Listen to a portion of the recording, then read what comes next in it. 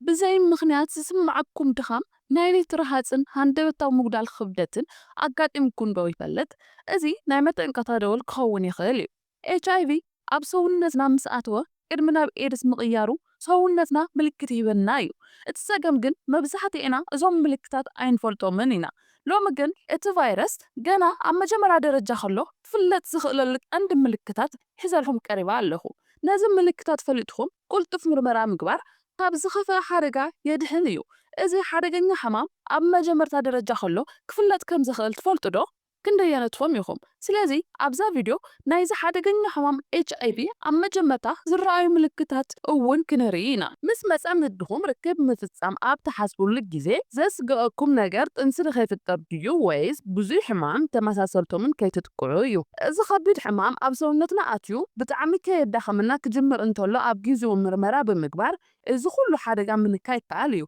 إذا مالت عم جمرة درجة إذا ملكتات أو هوسنا كجات ومنا زخولو خبرت قلوبلات كيوت يورلنا يخليو مالتيو أبزجن إذا ملكتات كيرا فدا أبجيجو بخمين فلتو نزبل حطهم العالخ ما يترفن أبزو فيديو كسام موداتا مسايين دحرص أن يحكم دما إذا فيروس أو وشت سونتنا آتيو كم زلو بتعمل كيبودوكم انتلو تولو تفلتولو ملكتات كنغركم هي سنايت أنهت HIV ويدما هيمان immunodeficiency virus بقندو سونتنا حمامنا يمكلخل عقمنا يزدخم بفلاي دما رخصين غفتر زخولالو CD4 زبهالنا يتصعدو وهيتاس دم عينة زد فيروس يو HIV ناي سونتنا حمامنا يمكلخل عقمي مصدخمه سونتنا بالسفالة تبلال استحمامات كتقعي ዝጅምር እዞም ተበላለፅቲ ሕማማት ድማ ኣብ ደሙ ናይ HIV ቫይረስ ዘይብሉ ሰብ ዘየጥቅዑ ሕማማት ነዚ እዩ ድማ ብቁልጡፍ ምርመራ ምግባር እዞም ምልክታት ምፍላጥ ዘድሊ ስለዚ እቲ ናይ መጀመርያ ምልክት ረስኒ እዩ ረስኒ ሰውነት እቲ ናይ መጀመርያ ናይ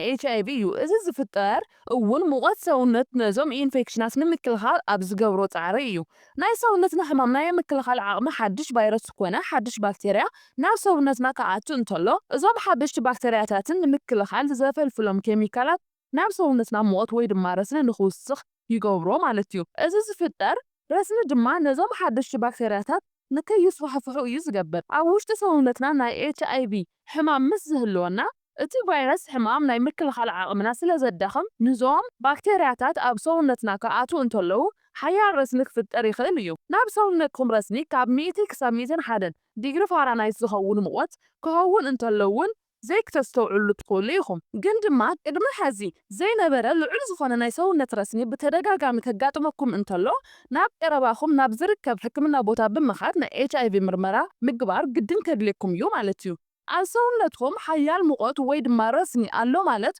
ኩሉ ግዜ HIV ኣለኩም ማለት ኣይኾነን ምናልባት ናይ ቁሪ ሓያል ሰዓል ምልክት ክኸውን ይኽእል እዩ ግን እዚ ሓያል ሙቐት ምስ ድኻም ምግቢ ክትውሕጡ እንተለኹም እውን ትጽገሙ እዚ ምልክት ናይ መንቅሕ ደወል ክኸውን ስለ ዝኽእል ዓብዪ ጥንቃቐ ምግባር ከድሊ እዩ ስለዚ ኣብ ሰውነትኩም HIV ቫይረስ ምስ ዝህሉ ሓያል ሙቐት ድኻምን ናይ ጭዋዳ ሕማምን ክስምዐኩም ይኽእል እዩ ምክንያቱ እዚ ቫይረስ ኣብ ሰውነትኩም ብበዝሒ ምስ ዝስፋሕፋሕ ቁፅሪ ሕማም ናይ ምክልኻል ዓቕሚ ብኡኡ ልክዕ ስለ ዝደኸም እቲ ካሊእ ናይ HIV ምልክት ድማ ድኻም እዩ እቲ ኣብ ስራሕ ውዒልና ዝስምዐና ድኻም ዘይኮነስ እቲ ብዘይገለ ምክንያት ብተደጋጋሚ ዝስምዐና ድኻም እዩ ንኣብነት ለጥ ኢልና ሓዲርና ከለና ልክዕ ምንም ከም ዘይደቀስና ስራሕ ምስራሕ ክሳብ ዝኣብየና ዝስምዐና ዓይነት ድኻም እዩ እዚ ድኻም ዝስምዐኩም ድማ ሰውነትኩም ነዚ HIV ቫይረስ ንምጥፋእ ሓያል ባእሲ ስለ ዝኣቱ እዩ HIV ንሕማም ምክልኻል ዓቕሚ ዘዳኽም ቫይረስ ስለ ዝኾነ ነዚ ቫይረስ ንምጥፋእ ኣብ ዝገብሮ ባእሲ እውን እዩ ድኻም ዝስምዐና ናይ HIV ድኻምን ርክብ ክንርኢ ከለና እውን ሰውነትና ነዚ ቫይረስ ንምጥፋእ ዓቕሙ ፀንቂቑ ስለ ዝሰርሕ በዚ ዝተለዓለ ድማ ናይ ሰውነትና ሓይልን ኢነርጅን ስለ ዘዳኽም ኩሉ ግዜ ድኻምን ፀቕጥን ንክስምዐና ምክንያት ዝኾነና ስለዚ ካብ ሰለመደ ግዜ ወፃኢ ብጣዕሚ ዝደኽመኩምን እንተኾይኑ ኣዕሪፍኩምሉ እውን ዘየሓድገኩም እንተኾይኑ እዚ ምልክት ናይ HIV ወይ ድማ ናይ ካልእ ከቢድ ሕማም ምልክት ክኸውን ስለ ዝኽእል ግቡእ ምርመራ ምግባር ግድን ከድልየኩም እዩ ማለት እዩ ካልእ ድማ ኩሉ ግዜ ድኻም ዝስምዐኩም እንተኾይኑ እዚ ምክንያት ንኣእምሮኹም እውን ንክድሃም ስለ ዝገብሮ ሓረቓትን ጭንቀታማትን ናይ ፀቕጢ ስምዒትን ክስምዐና ምክንያት ትኾነና እዩ እዚ ድማ ተነቃቂሕና ብፅቡቅ ሞራል ስራሕና ንኸይንሰርሕ እዩ ዝገብረና።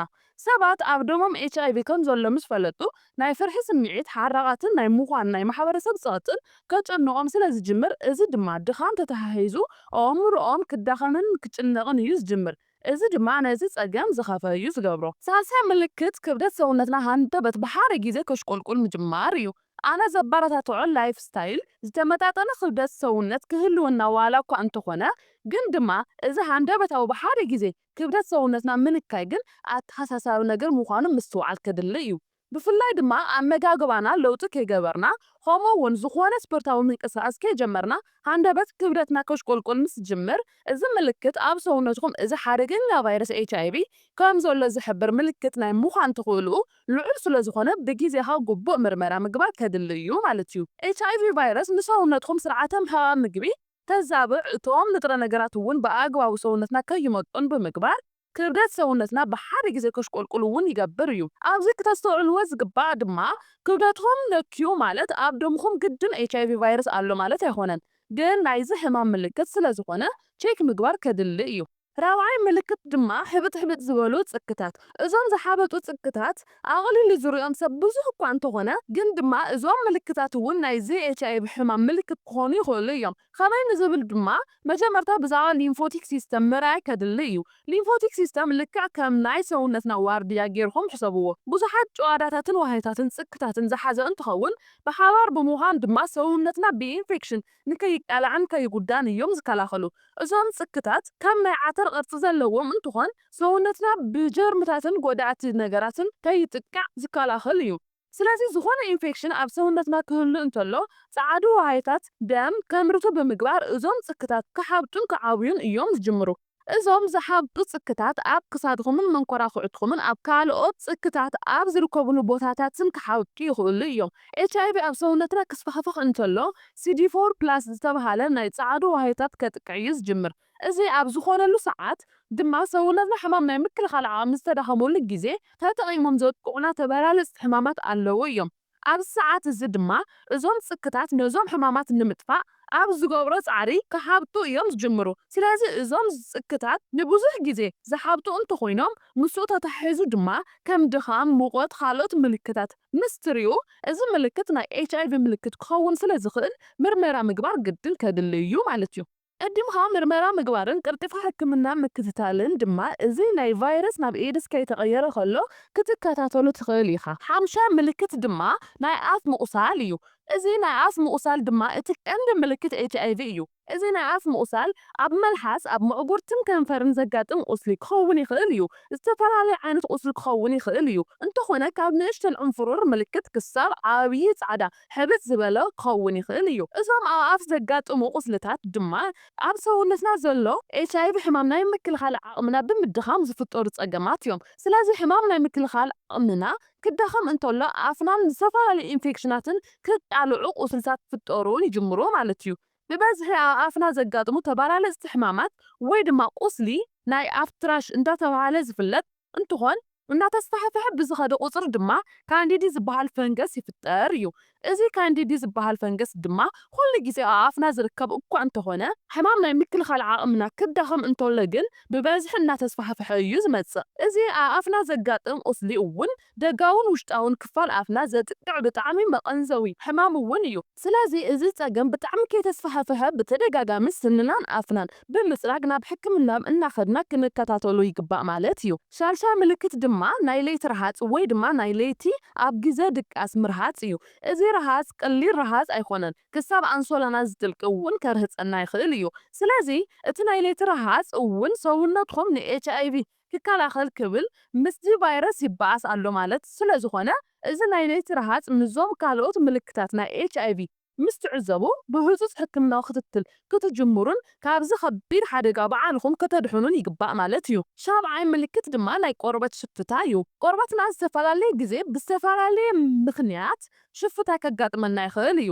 ናይ ኤችኣይቪ ሽፍታ ፍሉይ ዘብሎ ግን ካብ ደቀቅቲ ዕንፍሩር ዝመስሉ ክሳብ ፍሩያትን ሰፋሕትን ሽፍታታት ዝኸደ እዩ። እዞም ዕንፍሩራታት ጠልጢፎም ዝሰፍሑ እንተኾይኖም ካብ ደቀቅቲ ቀያሕቲ ምልክት ክሳብ ፍሩያት ሊላ ሕብሪ ዝመስልን ምልክት ክህሉ ይኽእል እዩ። ካሊእ እዞም ብኤችኣይቪ ዝመፁ ምልክታት ናይ ቆርበትና ሽፍታ ኣብ ዝተፈላለዩ ክፋላት ሰውነትና ዘጋጥም እንትኸውን መብዛሕትኡ ግዜ ኣብ ሕቆና ገጽና ኣብ መንጎ እጋርናን ዘጋጥሙ ምልክት እዮም። ስለዚ እዚ ሽፍታ ምስ ዘጋጥመኩም ብፍላይ ድማ ምስቶም ካልኦት ምልክታት ንስንኻ ምንሙቆት ድኻም ናይ ጨዋዳ ቃንዛ ተታሒዙ ዘጋጥመኩም ኣቕሊልኩም ክትርእይዎ የብልኩምን ማለት እዩ። ካልእ ምልክት ኤችኣይቪ ድማ ናይ ማዕናጡ ፀገም ወይ ድማ ቮሚትን ውፅኣትን ምልክት እዮም። እዚ ብዙሕ ግዜ ቮሚት ምባልን ወይ ድማ ውፅኣት ከጋጥመኩም እንተሎ ኣብ ቀረባኹም ናብ ዘሎ ሕክምና ብምኻድ ቼክ ምግባር ከድሊ እዩ ማለት እዩ። ብፍላይ ድማ ሙቐት ድኻም ናይ ጨዋዳ ቃንዛ ምስኡ ሓቢሩ ክህሉ እንተሎ እዚ ምልክት ናይ ኤችኣይቪ ምልክት ናይ ምዃን ዕድሉ ልዑል ስለዝኾነ ብግቡእ ምርመራ ምግባር ከድሊ እዩ። እቲ ናይ መወዳእታ ኣብ ኩላትና ዘጋጥም ልቢ ዘይክንብለሉ ንኽእል ድማ ናይ ጎሮሮን ቁስለትን ሰዓልን እዩ። ግን ኣብዚ ክነስተውዕሎ ዝግበአና ነገር ኤችኣይቪ ናይ መጀመርታታት ደረጃ ክኸውን እንተሎ ናይ ሰዓልን ጎሮሮ ሕማምን ክስምዐና ዝኽእል እዩ። በዚ ምኽንያት ኤችኣይቪ ዝመጽእ ሕማም ሰዓል ግን ብተደጋጋሚ ሕዱር ሕማምን ናይ ጎሮሮ ካብቲ ኖርማል ሰዓል እውን ይፍለ እዩ። ኣብዚ ኤችኣይቪ ሕማም ናይ ምክልኻል ዓቕምና እምበር ከመይ ገይሩ ናይ ምትንፋስ ስርዓትና ከዳኽም ይኽእል ንዝብል ድማ ሕማም ናይ ምክልኻል ዓቕምና ዝዳኸመሉ ብቐሊሉ ንዝተፈላለዩ ሕማማት ከቃልዐናን ክንሓምምን ናይ ምግባር ዓቕሚ ስለ ዘለዎ እዩ። ስለዚ ብሰዓልን ኒሞንያን ካልኦት ተመላለስቲ ሕማማትን ክንሓምም እዩ ዝገብረና ማለት እዩ። ኤችኣይቪ ኣብ መጀመርታ ደረጃ ማለት ድማ ብዝግባእ ናብ ሰውነትና ከይተስፋሕፍሐ ከሎ ምፍላጥ ክትትል ሕክምና ምግባር ድማ ካብ ዝተፈላለዩ ተመላለስቲ ሕማማት ክንድሕንን ብቐሊሉ ከይንጥቃዕን ስለ ዝገብር ካብዞም ልዕል ኢላ ዘልዓልኽዎም ምልክታት ኣብ ባዕልኹም ይኹን ኣብ ቤተሰብኩም ምስ ትሪኡ ግዜ ከይወሰድኩም ናብ ሕክምና ቦታ ብምኻድ ግቡእ ምርመራ ክትገብሩ ይግባእ ማለት እዩ። ክቡራት ተኸታተልቲ እዞም ዝረኣናዮም ምልክታት ኣብ ሰውነትኩም ወይ ኣብ ፈለጥኩም እንተሪእኹም ብፍርሒ ወይ ብሻቁለት ከይተዋሓጥኩም ናብ ሕክምና ብምኻድ ምርመራ ግበሩ። ኤችኣይቪ ክፍለጥ ዘይከኣል ሕማም ኣይኮነን። ኣቐዲምካ ምፍላጥ ሕክምና ምክትታልን ግን ህይወትኩም ካብ ዝኸፍአ ሓደጋ የድሕን እዩ። ጥዕናኩም ኣብ ኢድኩም እዩ። እዚ ቪድዮ ጠቃሚ ኮይኑ እንተረኺብኩምዎ ላይክ ብምግባር ንኻልኦት ሰባት ንኽበፅሕ ሼር ግበርዎ። ስለዝተኸታተልኩምኒ የቀኒየለይ። ኣብ ቀጻሊ ብኻሊእ ጠቃሚ ቪድዮ ክሳዕ ንራኸብ ሰላም ኩኑ።